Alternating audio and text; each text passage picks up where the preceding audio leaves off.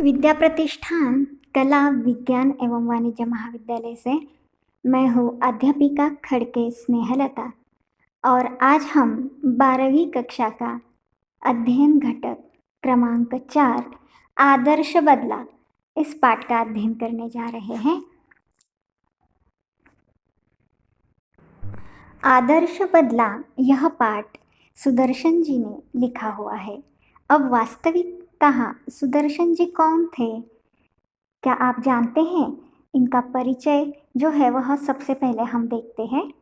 सुदर्शन जी का वास्तविक नाम बद्रीनाथ जी है और उनका जन्म जो है वह सियालकोट में हुआ था। और सुदर्शन जी की कहानियों का मुख्य लक्ष्य जो है वह समाज एवं राष्ट्र को स्वच्छ एवं सुदृढ़ बनाना रहा है। उनकी भाषा की विशेषता अगर कही जाए तो हम कह सकते हैं कि वह बहुत ही उनकी भाषा जो है वह बहुत ही सहज, स्वाभाविक, प्रभावी एवं मुहावरेदार रही है। छात्रों, प्रेमचंद जी जिस तरह से उर्दू से हिंदी में आए हुए थे, उसी प्रकार सुदर्शन जी भी उर्दू से हिंदी में आए हुए थे। उन्होंने कई सारी फिल्मों की पटकथाएँ लिखी हैं, कई सारे गीत भी उन्होंने लिखे हुए हैं और कुंवारी या विधवा फिल्म का निर्देशन भी सुदर्शन जी ने किया हुआ है। इस तरह से वे बहुत ही प्रतिभाशाली रचनाकार के रूप में उनका स्थान हिंदी साहित्य जगत में अनन्य और महत्वपूर्ण माना जाता है। अब आते हैं हम कहानी की तरफ। देखिए, प्रस्तुत पाठ के अंतर्गत सुदर्शन जी ने कहानी की शुरुआत जो है वह वातावरण के साथ की है। सुदर्शन जी लिखते हैं, देखिए, कि प्रभात का समय था। आसमान से बरसाती हुई प्रकाश की किरणें संसार पर नवीन जीवन की वर्षा कर रही थी। 12 घंटों के लगातार संग्राम के बाद प्रकाश ने अंधेरे पर विजय पाई थी। इस खुशी में फूल झूम रहे थे, पक्षी मीठे गीत गा रहे थे, पेड़ों की शाखाएं खेलती थी और पत्ते तालियां बजा रहे थे। चारों तरफ खुशियाँ झूमती थी, चारों तरफ गीत गूंजते थे और इतने में साधुओं की एक मंडली शहर के अंदर दाखिल हुई। अब देखिए, वातावरण है, सुबह का वातावरण है और आसमान में प्रकाश छाया हुआ है, अर्थात अंधेरा घटने के बाद यहाँ पर प्रकाश का उजाला छाया हुआ है। और चारों तरफ देखिए कि संगीत झूम रहा है और इस संगीत में फूल खिले हुए हैं, पेड़ों की शाखाएं मानो खेलती हुई नजर आ रही हैं। तो इस तरह का वर्णन जो है वह सुदर्शन जी ने प्रस्तुत पाठ में किया गया है। और ऐसे समय में जब साधुओं की मंडली शहर के अंतर्गत दाखिल होती है तो देखिए वह क्या कहते हैं कि उनका ख्याल था मन बड़ा चंचल है, अगर इसे काम न हो तो इधर उधर भटकने लगता है और अपने स्वामी को विनाश की खाई में गिराकर नष्ट कर डालता है। इसे भक्ति की जंजीरों से जकड़ देना चाहिए। मतलब साधुओं की जो विचारों की जो मंडली थी, उनकी विचार करने का एक तरीका था। वह कहते हैं कि उनका एक विचार था कि मन बहुत चंचल है, उसे इधर उधर भटकने नहीं देना चाहिए और वह कहते हैं कि उसे भक्ति की जंजीरों से जकड़ देना चाहिए। मतलब हमारे मन में भक्ति होनी चाहिए। तो इस तरह से वे गीत गाते थे, सुमर सुमर भगवान को, मूर्ख मत खाली छोड़ इस मन को। मतलब क्या है, सुमर सुमर भगवान को, मूर्ख मत खाली छोड़ इस मन को। यानी कि हमारे मन को हमें कभी भी खाली नहीं छोड़ना चाहिए, हमें सदैव भगवान की भक्ति करनी चाहिए। जब संसार को वे त्याग चुके थे तो उन्हें सुर ताल की कोई परवाह नहीं थी। वे कोई ऊंचे स्वर में गाता था तो कोई नीचे स्वर में गाता था, यानी कि जो भी मुंह में आता था वे गुनगुनाते थे। और उस समय वहाँ पर उस शहर का एक नियम था। उस शहर में मुख्य रूप से तानसेन नामक का जो रागी है, जो कवि है, वह अकबर के दरबार में काम करता था और उसका राग उसकी तुलना में अन्य कोई नहीं कर सकता है, यह उसकी समझ थी। अब वहाँ पर परिस्थिति क्या होती है, यह देखते हैं। यह वह समय था जब भारत में अकबर अकबर की तूती बोलती थी, यानी कि सभी लोग उस समय अकबर की ही भाषा बोलते थे। उसके मशहूर रागी तानसेन ने यह कानून बनवा लिया था कि जो आदमी रागी विद्या में उसकी बराबरी न कर सके, वह आगरे की सीमा में गीत न गाए, और जो गाए उसे मौत की सजा दी जाए। बेचारे बनवासी साधुओं को तो पता ही नहीं था, परंतु अज्ञान भी अपराध है ना। मुकदमा दरबार में पेश हुआ। तानसेन ने राग विद्या के कुछ प्रश्न किए। साधु उत्तर में मुंह ताकने लगे। मुंह ताकना मतलब इधर उधर देखना। मतलब क्या है कि जब यह साधु ऐसा वैसा गीत गा रहे थे, ना उन्हें स्वर की कुछ स्वर ताल के बारे में कुछ पता था, ना ही सजा के बारे में पता था। और तानसेन का उस दौरान यह नियम था कि कोई भी ऐसा वैसा गीत वहाँ पर नहीं गा सकता था और उन्हें मौत की सजा दी जाती थी। अब तानसेन ने राग विद्या के कुछ प्रश्न किए। साधु उत्तर में मुंह ताकने लगे। अकबर के ओठ हिले और सभी साधु तानसेन की दया पर छोड़ दिए गए। या दया निर्बल थी, वह इतना भार सहन न कर सकी।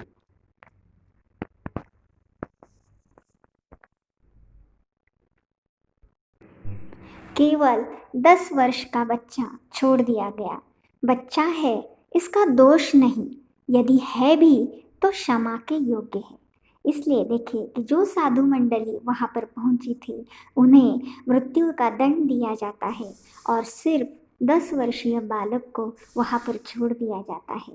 बच्चा रोता हुआ आगरे के बाजारों से निकला और जंगल में जाकर अपनी कुटिया में रोने तड़पने लगा। वह बार बार पुकारता था, बाबा तू कहाँ है? अब कौन मुझे प्यार करेगा? कौन मुझे कहानी सुनाएगा? लोग आगरे की तारीफ करते हैं, मगर इसने मुझे तो बर्बाद कर दिया। इसने मेरा बाबा छीन लिया, मुझे अनाथ बनाकर छोड़ दिया। बाबा तू कहा करता था कि संसार में चप्पे चप्पे पर दलदले हैं और चप्पे चप्पे पर कांटों की झाड़ियाँ है। अब कौन मुझे इन झाड़ियों से बचाएगा? कौन मुझे इन दलदलों से निकालेगा? कौन मुझे सीधा रास्ता बताएगा? कौन मुझे मेरी मंजिल का पता देगा? देखिए कि जब 10 वर्षीय बालक को छोड़ा गया था तो उसके सामने कई प्रश्न थे और वह 10 वर्ष का बच्चा जंगल में इधर उधर भटकता रहता है और उसके मन में तरह तरह के सवाल आते हैं। और देखिए कि उसे लग रहा है कि कौन उसे प्रेम करेगा। उसकी तारीफ वह कहता है कि कौन उसे प्यार करेगा। तो जब बाबा ने उन्हें कहा था कि संसार तो दलदलों में फंसने वाला एक माया जाल है, मतलब क्या है कि इन झाड़ियों से, दलदल की इस झाड़ियों से उन्हें कौन बचाएगा। इस तरह के प्रश्न जो है उस छोटे से बालक के मन में आ रहे थे और इन्हीं विचारों में डूबा हुआ बच्चा देर रात तक रोता रहा। इतने में खड़ाऊ पहने हुए, हाथ में माला लिए, राम नाम का जप करते हुए बाबा हरिदास कुटिया के अंदर आए और बोले, बेटा शांति करो, शांति करो। परिवेश ऐसा है, देखें कि वह बच्चा जंगल में है, रो रहा है, उसके मन में तरह तरह के प्रश्न हैं और उस दौरान बाबा हरिदास वहाँ पर आते हैं। अब छात्रों देखिए कि बाबा हरिदास जो है वह असल में तानसेन जी के भी गुरु थे और बैजू महाराज जी के भी गुरु थे। और यह छोटा सा बच्चा जो है वह बैजू के नाम से जाना जाता है। तो इस तरह से बेटा शांति करो, शांति करो, इस तरह कहते हुए वे उसके पास आ जाते हैं। बैजू उठा और हरिदास जी के चरणों से लिपट गया। वह बिलक बिलक कर रोता था और कहता था, महाराज, मेरे साथ अन्याय हुआ है, मुझ पर वज्र गिरा है, मेरा संसार उजड़ गया है, मैं क्या करूं, मैं क्या करूं। हरिदास बोले, शांति शांति बैजू। महाराज, तानसेन ने मुझे तबाह कर दिया है, उसने मेरा संसार सूना कर दिया है। फिर से हरिदास जी कहते हैं कि शांति शांति। अब देखिए कि वह तानसेन के बारे में कह रहा है कि उसने तो मेरा सारा संसार तबाह कर दिया है, तब फिर भी हरिदास जी बैजू को शांत करने की कोशिश कर रहे थे, लेकिन बैजू है कि वह शांत होने का नाम नहीं ले रहा था। उसके मन में जो है वह बदले की आग जो है जलती हुई यहाँ पर नजर आती है। अब बैजू ने हरिदास के चरणों से और भी लिपट कर कहा, महाराज, शांति जा चुकी है, अब मुझे बदले की भूख है, अब मुझे प्रतिकार की प्यास है, मेरी प्यास बुझाइए। हरिदास ने फिर कहा, बेटा, शांति शांति। बैजू ने करुणा और क्रोध की आंखों से बाबा जी की तरफ देखा। उन आंखों में आंसू थे और आहें थी और आग थी। देखिए कि जब बैजू बैजू की आंखों में करुणा थी, क्रोध था, दुख था, अपने बाबा को खो देने की जो उसके मन में करुणा थी, वह देखकर उसके आंसू जब नहीं रुक रहे थे, तब तब वहाँ पर उसे हरिदास समझा रहे थे। और वह कहते हैं कि जो काम जबान नहीं कर सकती उसे आंखें कर देती हैं, और जो काम आँखों में भी नहीं कर सकती उसे आँखों के आंसू कर देते हैं। बैजू ने दो आखिरी हथियार चलाए और सिर झुकाकर वह खड़ा हो गया। अब देखिए, हरिदास के धीरज की दीवार आंसुओं की बौछार न सह सकी और कांप कर गिर गई। उन्होंने बैजू को उठाया, गले से लगाया और कहा, मैं तुझे वह हथियार दूंगा जिससे तू अपने पिता की मौत का बदला ले सकेगा। बैजू हैरान हुआ, बैजू खुश हुआ, बैजू उछल पड़ा। उसने कहा, बाबा, आपने मुझे खरीद लिया, आपने मुझे बचा लिया, अब मैं आपका सेवक हूँ। अब इस तरह से देखिए कि जब उन्हें हरिदास जी कहते हैं कि मैं तुम्हें वह हथियार दूंगा जिससे तुम अपने पिताजी का बदला ले सकते हो, तब वह बहुत खुश हो जाता है, उछलता है, कूदता है और वह उसकी सेवा करने के लिए तैयार हो जाता है। इस प्रकार कहानी के अगले प्रसंग में देखिए कि जब हरिदास जी उसे कहते हैं कि मगर मुझे 12 बरस तक तपस्या करनी होगी, कठोर तपस्या, भयंकर तपस्या। तब बैजू कहता है कि महाराज, आप 12 बरस कहते हैं, मैं 12 जीवन देने को तैयार हूँ। मैं तपस्या करूँगा, मैं दुख झेलूँगा, मैं मुसीबतें उठाऊँगा, मैं अपने जीवन का एक एक क्षण आपको भेंट कर दूँगा, मगर क्या इसके बाद मुझे वह हथियार मिल जाएगा जिससे मैं अपनी बाप की मौत का बदला ले सकूं? देखिए कि जब हरिदास ने कहा कि तुम्हें तो बहुत तपस्या करनी होगी, वह भी 12 बरस तक तपस्या करनी होगी, कठोर तपस्या। इस पर बेचारा 10 साल का छोटा सा बालक वह तपस्या करने के लिए तैयार हो जाता है और कहता है कि मैं अपने बाप का बदला लेने के लिए ऐसा क्या करूं और कौन सी तपस्या करूं? क्या फिर मेरे बाप का मौत का बदला मैं ले सकूंगा? तब हरिदास कहते हैं, हाँ, मिल जाएगा। बैजू ने तब कहा, मैं तो आज से आपका दास हूँ, आप आज्ञा दे, मैं आपकी हर आज्ञा का सिर और सिर के साथ दिल झुकाकर पालन करूँगा। अब देखिए, परिस्थिति ऐसी है कि ऊपर की घटना को 12 बरस बीत गए। प्रसंग ऐसा है कि 12 बरस बीत चुके हैं। जगत में तब तक बहुत सारे परिवर्तन हो चुके थे, बदलाव हो गए थे, कई सारी बस्तियां उजड़ गई थी, कई वन बस गए थे, बूढ़े मर गए थे, जो जवान थे उनके बाल सफ़ेद हो गए थे।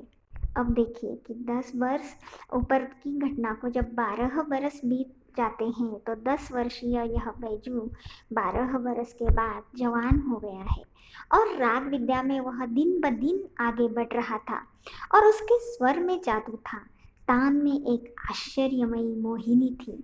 गाता था तो पत्थर तक पिघल जाते थे और पशु पक्षी तक मुग्ध हो जाते थे। लोग सुनते थे और झूमते थे तथा वाह वाह करते थे। हवा रुक जाती थी, एक समा बन जाता था। मतलब क्या है कि जब हरिदास जी ने बैजू को राग विद्या सिखाई थी, किसके विरुद्ध? तानसेन जी के विरुद्ध।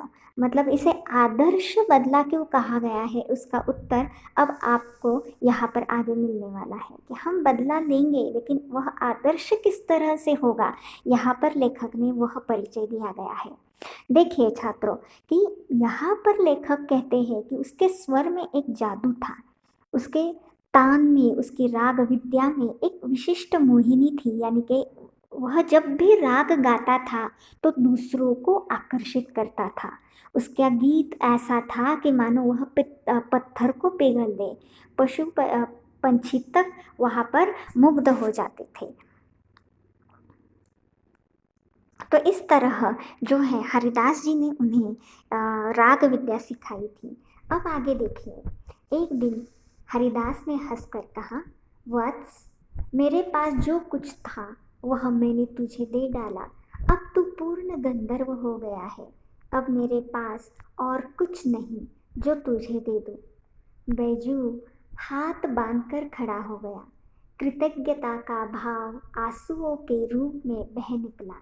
चरणों पर सिर रखकर बोला, महाराज, आपका उपकार जन्म भर सिर से न उतरेगा। हरिदास सिर हिलाकर बोले, यह नहीं बेटा, कुछ और कहो, मैं तुम्हारे मुंह से कुछ और सुनना चाहता हूँ। तो बैजू कहता है, आज्ञा कीजिए हरिदास, तुम पहले प्रतिज्ञा करो। बैजू ने बिना सोच विचार किए कह दिया कि मैं प्रतिज्ञा करता हूँ।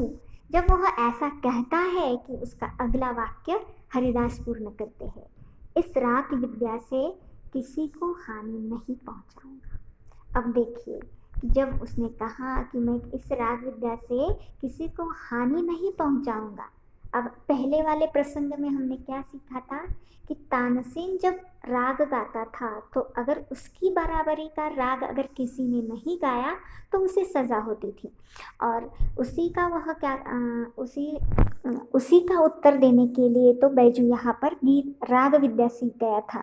परंतु अब हरिदास ने उसे प्रतिज्ञा लेने के लिए कहा है कि तुम किसी को हानि नहीं पहुँचाओगे, यानी कि तानसेन के समान किसी को भी वह मृत्यु की शिक्षा नहीं दे सकता है। अब यह सुनकर देखिए कि बैजू का लहू सूख गया, उसके पैर लड़खड़ाने लगे, सफलता के बाग परे भागते हुए दिखाई दिए। 12 वर्ष की तपस्या पर एक क्षण में पानी फिर गया। प्रतिहिंसा की छुरी हाथ आई तो गुरु ने प्रतिज्ञा लेकर कुंद कर दी। बैजू के होठ काटे, दांत पीसे, रक्त का घुट पीकर वह रह गया, मगर गुरु के सामने उसके मुख से एक शब्द भी नहीं निकला। गुरु गुरु था और उस दौरान शिष्य शिष्य था।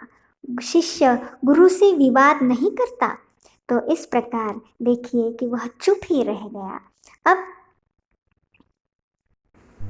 अब छात्रों हम अगले प्रसंग की तरफ बढ़ते हैं। देखिए, पहले वाले प्रसंग में हमने संक्षेप में क्या सीखा कि तानसेन का यह नियम था कि जो भी अगर उसकी विद्या के समान कोई राग गीत नहीं गा सकता है उसे मौत की सजा दी जाती है।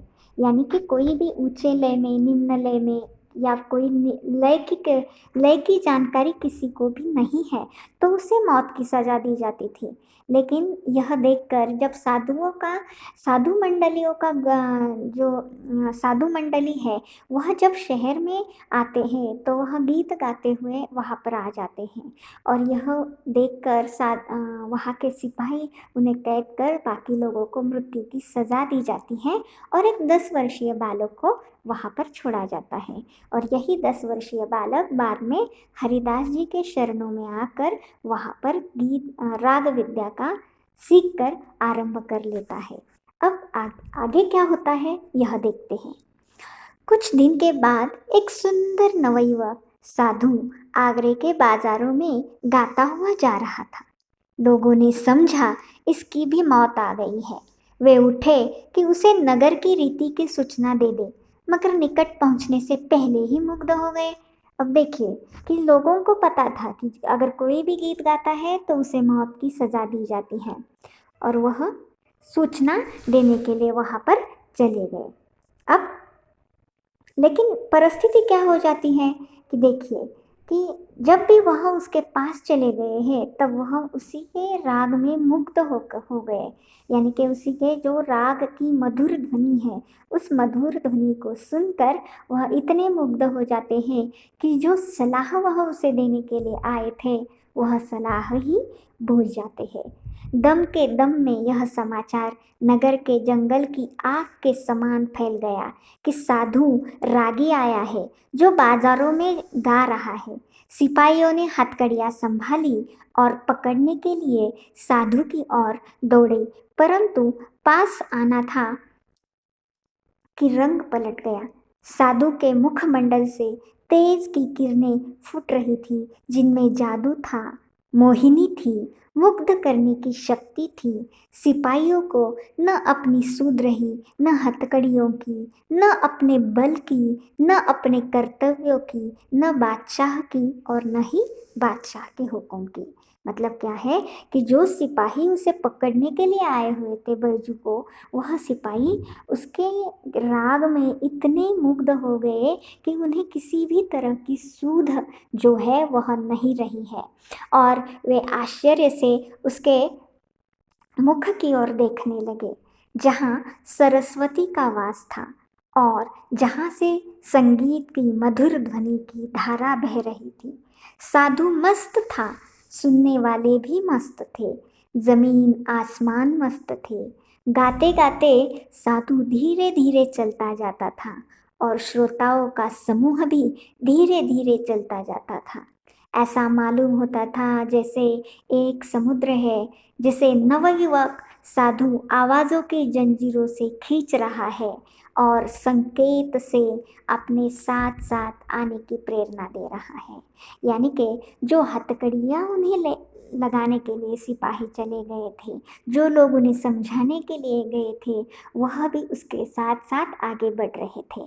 अब मुग्ध जन समुदाय चलता गया, चलता गया, चलता गया। पता नहीं किधर को, पता नहीं कितनी देर एकाएक गाना बंद हो गया। अब उन्हें उस दौरान पता ही नहीं चला कि वह कब कहाँ कौन सी जगह पर जा रहे हैं। और जादू का प्रभाव टूटा तो लोगों ने देखा कि वे तानसेन के महल के सामने खड़े हैं। उन्होंने दुख और पश्चाताप से हाथ मले और सोचा, यह हम कहाँ आ गए। साधु अज्ञान में ही मौत के द्वार पर आ पहुंचा था। भोली भाली चिड़िया अपने आप अजगर के मुंह में आकर फंस गई थी और अजगर के दिल में जरा भी दया नहीं थी। अब देखिए कि लेखक यहाँ पर कहते हैं कि यह भोला भाला बैजू जो है वह उसे अपने अपने आप ही वह मौत के दरबार में आकर पहुँचा हुआ है। वह जब गाना बंद हुआ तब सब लोगों ने जागरूक होकर देखा कि वह दरअसल तानसेन के दरबार में आकर खड़े हैं। अब देखिए परिस्थिति क्या हो जाती है। तानसेन बाहर निकला, वहाँ लोगों को देखकर वह हैरान हुआ और फिर सब कुछ समझकर नवयुवक से बोला, तो शायद आपके सिर पर मौत सवार है। नवयुवक साधु मुस्कुराया, जी हाँ, मैं आपके साथ गान विद्या पर चर्चा करना चाहता हूँ। तानसेन ने बेपरवाही से उत्तर दिया, अच्छा, मगर आप नियम जानते हैं ना। नियम कड़ा है और मेरे दिल में दया नहीं। मेरी आंखें दूसरों की मौत को देखने के लिए हर समय तैयार है। नवयुवक ने फिर कहा, और मेरे दिल में जीवन का मोह नहीं, मैं मरने के लिए हर समय तैयार रहता हूँ। देखिए, यहाँ पर तानसेन जी से जब नवयुवक ने कहा कि मैं गान विद्या पर चर्चा करना चाहता हूँ, तो वह उसने कहा है कि मैं नियम, क्या आप नियम जानते हैं ना, कौन सा नियम है? तब देखिए कि नवयुवक कहता है कि मुझे मौत से डर नहीं है, ना ही जीवन का मोह मुझे है, मैं मरने के लिए हमेशा तत्पर रहता हूँ। और इसी समय सिपाहियों को अपनी हथकड़ियों का ध्यान आया और झंकारते हुए आगे बढ़े और उन्होंने साधु के हाथों में हथकड़ियाँ पहना दी। अब देखिए, भक्ति का प्रभाव टूट गया, श्रद्धा के भाव पकड़े जाने के भय से उड़ गए। यानी कि क्या है कि जब लोग वह गाना गा रहा था राग विद्या के अंतर्गत, सभी लोग उस मधुर ध्वनि में मुक्त हो गए थे।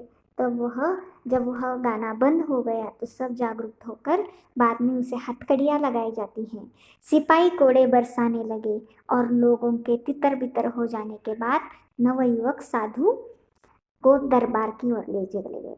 अब तितर बितर होना यह मुहावरा है। तितर बितर होना मतलब क्या है कि इधर उधर होना, यानी कि जब उसे हथकड़ियाँ लगाई गई थी तब सब लोग इधर उधर हो गए थे।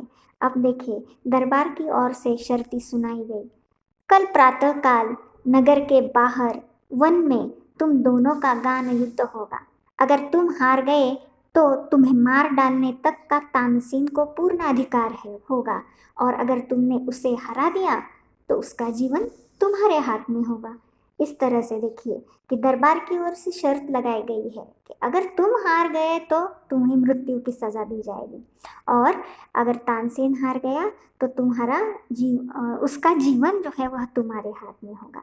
अब परिस्थिति क्या हो जाती है देखिए, नौजवान साधु ने शर्तें मंजूर कर ली।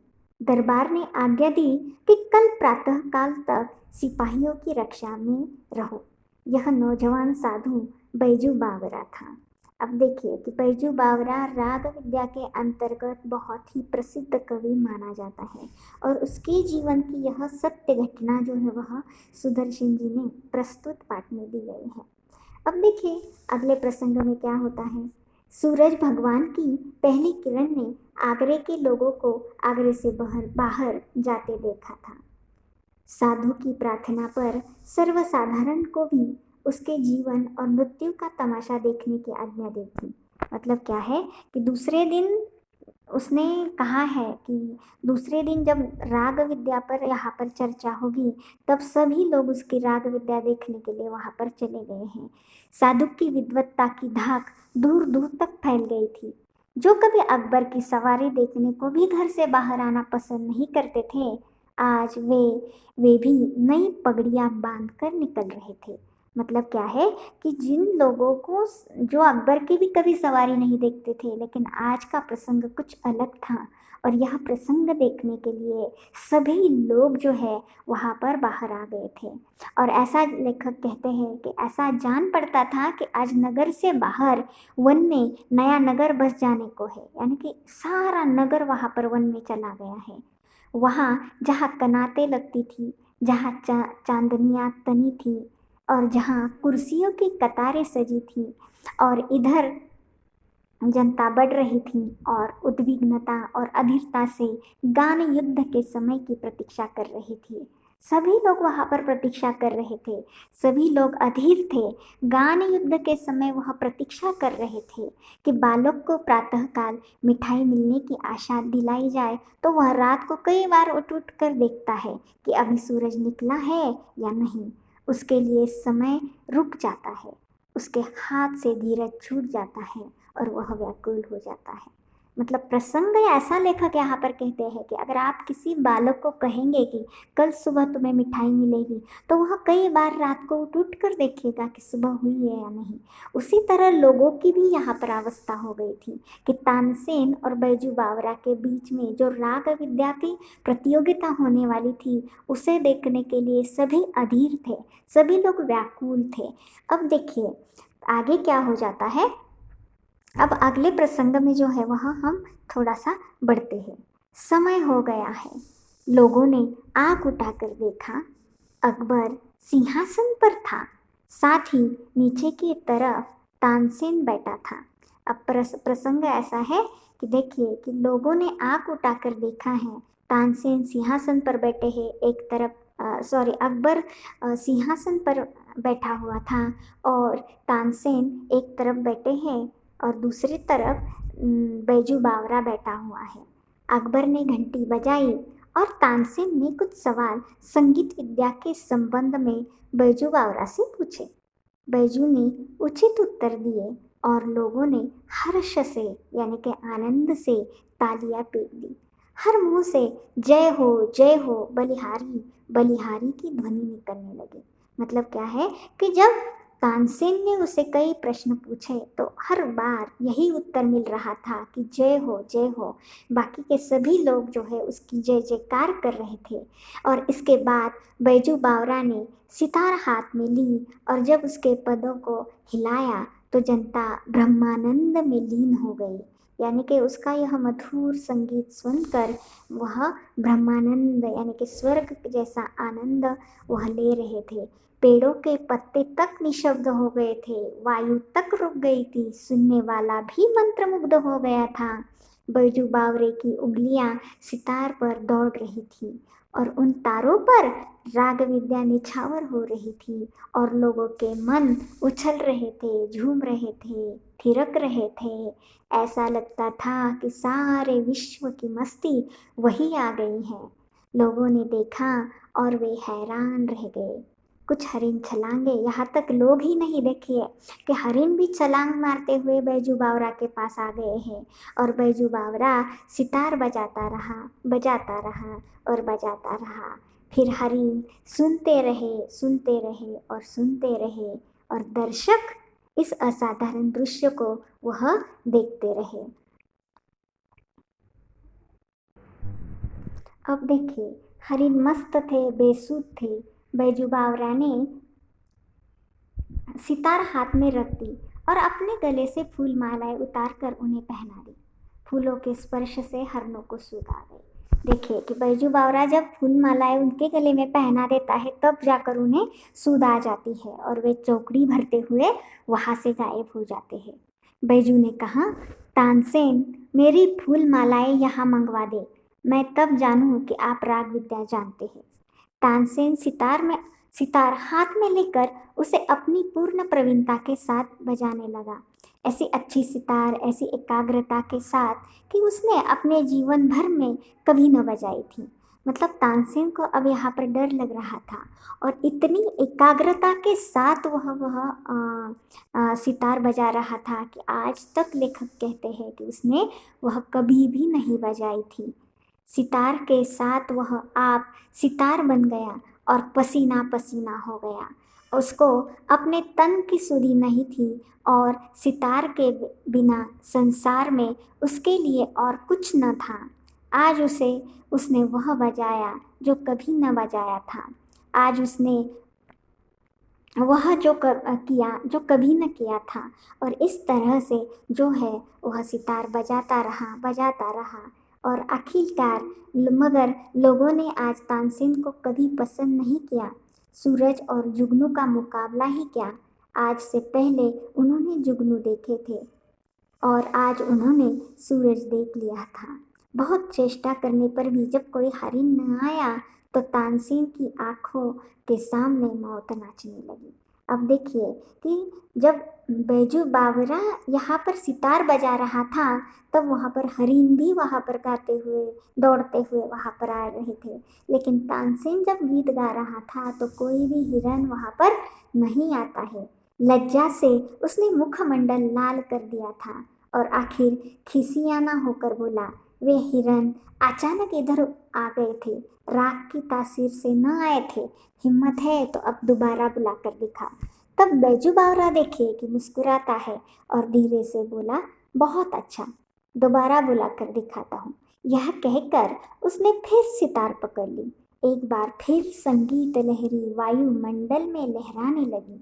फिर सुनने वाला संगीत सागर की तरह में डूबने लगा और हरी हिरन बैजू बावरा के पास फिर से आ गए। वे ही हिरन जिनकी गर्दन से फूल मालाएं पड़ी हुई थी और जो राग की सुरीली ध्वनि के जादू से बुलाए गए थे। बैजू बावरा ने मालाएं उतार ली और हिरन कूदते हुए जिधर से आए थे उधर चले गए। अब छात्रों, परिस्थिति यहाँ पर है कि बैजू बावरा की जो मधुर ध्वनि है वह सुनकर हिरन वहाँ पर आए थे, लेकिन तानसेन यह मानने के लिए तैयार नहीं था। उसने जब स्वर सितार वादन और राग साथ में शुरू किया था, तब उस दौरान वहाँ पर हिरन नहीं आए थे। यानी कि तानसेन से भी ज़्यादा बैजू बावरा की विद्या प्रतिभाशाली थी। यहाँ पर लेखक ने यह बात कही है। यह कहकर उसने फिर सितार पकड़ ली और एक बार फिर संगीत की लहरी जो है वह वायुमंडल में लहराने लगी। यानी कि जब उसने दोबारा वह संगीत तार पकड़कर उसने फिर से संगीत शुरू किया तो सब लोग उसमें मंत्रमुग्ध हो गए। अब अकबर का तो तानसेन पर बहुत प्रेम था। उसकी मृत्यु निकट है यह देखकर अकबर को कैसे रहा जा सकता है ना। वे विवश होकर कहे, बैजू बावरा जीत गया, तानसेन हार गया। अब तानसेन की जान बैजू बावरा के हाथ में है। अब विवश होकर उसने कहा है, देखिए कि बैजू बावरा तुम जीत गए हो, अब तुम्हारे हाथ में है, उसका जीवन तुम्हारे हाथ में है। फिर देखिए कि छात्रों, तानसेन अब काँप रहा था। काँपता हुआ आगे बढ़ा और काँपता हुआ बैजू बावरा के पाँव पर गिर पड़ा। और वह जिसने अपने जीवन में किसी पर दया नहीं की थी, देखे कि जब उसने हमेशा सजा दी है सभी लोगों को, मौत की सजा, लेकिन आज वह स्वयं बैजू बावरा के चरणों पर गिर पड़ा है और इस समय दया के लिए गिड़गिड़ा रहा था, कह रहा था, मेरे मेरे प्राण न लो। बैजू बावरा ने मुझे तुम्हारे प्राण ले का फिर कहा, देखिए कि मुझे तुम्हारे प्राण लेने की चाह नहीं है। तुम इस निष्ठुर नियम को उड़वा दो कि जो कोई आगरे की सीमाओं के अंदर गाए, अगर तानसेन के जोड़ का न हो तो मरवा दिया जाए। तो देखिए कि बैजू बावरा ने उसे कहा है कि मैं तुम्हारे प्राण नहीं लूँगा, तुम यह नियम पहले हटाओ कि जो तुम्हारे समान कोई गाता नहीं है उसे मरवा दिया जाए। अब तब उस वक्त अकबर ने भी अधीर होकर कहा, यह नियम अभी से इसी क्षण से उड़ा दिया गया। तानसेन बैजू बावरा के चरणों में गिर गया और दीनता से कहने लगा, मैं यह उपकार जीवन भर नहीं भूलूंगा। और तब उस दौरान बैजू बावरा उत्तर देता है कि 12 बरस पहले की बात है, अपने एक बच्चे की जान बख्श दी, आज उस बच्चे ने आपकी जान बख्श दी। तानसेन हैरान होकर देखने लगा और फिर थोड़ी देर बाद उसे पुरानी एक भूली हुई एक धुंधली सी बात याद आ रही थी। और देखिए छात्रों, यहाँ पर तानसेन और बैजू बावरा के माध्यम से उन्होंने राग विद्या की ऐसी प्रतियोगिता यहाँ पर लेखक ने बताई है कि जिसके माध्यम से उन्होंने एक सीख दी है कि अगर हमारे पास कोई विद्या है तो उसका हमें किसी भी तरह का घमंड हमें नहीं करना चाहिए, क्योंकि बैजू बावरा और तानसेन की यही विद्या दोनों की समान थी। परंतु तानसेन का बदला लेने के लिए जब बैजू बावरा ने हरिदास जी से शिक्षा प्राप्त की तो वह बहुत प्रतिभाशाली निकले और उनका हृदय भी बहुत संवेदनशील होने के कारण उन्होंने तानसेन को सजा नहीं दी है और उस नियम में यहाँ पर परिवर्तन करते हुए दिखाया गया है। और पाठ यहाँ पर समाप्त होता है। अगर आपको पाठ के संबंधित कोई शब्द समझ में नहीं आते हैं, कोई मुहावरा समझ में नहीं आ रहा है, तो आप व्हाट्सएप पर लिख सकते हैं और पाठ यहाँ पर समाप्त होता है।